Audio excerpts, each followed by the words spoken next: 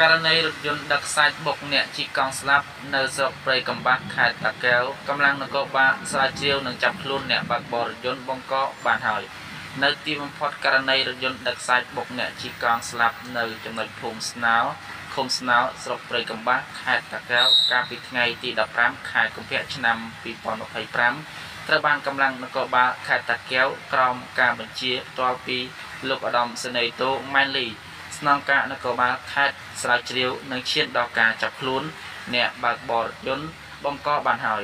នៅថ្ងៃទី12ខែមីនាឆ្នាំ2025នេះថ្លែងប្រាប់អ្នកសារព័ត៌មានលោកឧត្តមសេនីយ៍តូម៉ែនលី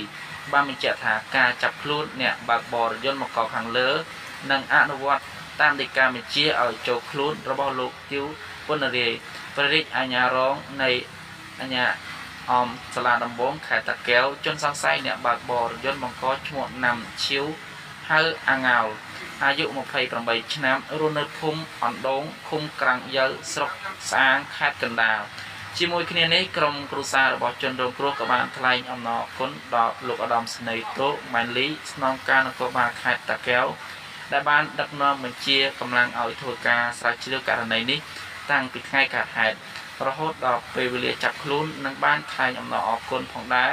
ដែលស្ថាប័នអាយកាដែលចេញដោយការបញ្ជាឲ្យចូលខ្លួនជនបង្កខាងលើដើម្បីយកមកផ្ដន្ទាទោសតាមផ្លូវច្បាប់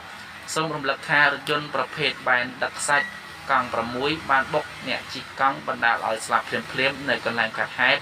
នាវេលាម៉ោង 5:10 នាទីព្រឹកថ្ងៃទី15ខែកុម្ភៈឆ្នាំ2025ចំណុចភូមិស្នោឃុំស្នោស្រុកព្រៃកំបាស់ខេត្តតាកែវបើតាមក្រុមគ្រួសារសាច់ញាតិបានឲ្យដឹងថាមុនពេលកើតហេតុជនរងគ្រោះឈ្មោះមុំឈឹមភេទប្រុសអាយុ66ឆ្នាំបានជិះកង់ហាត់ប្រាណនៅតំបន់ខាងលើ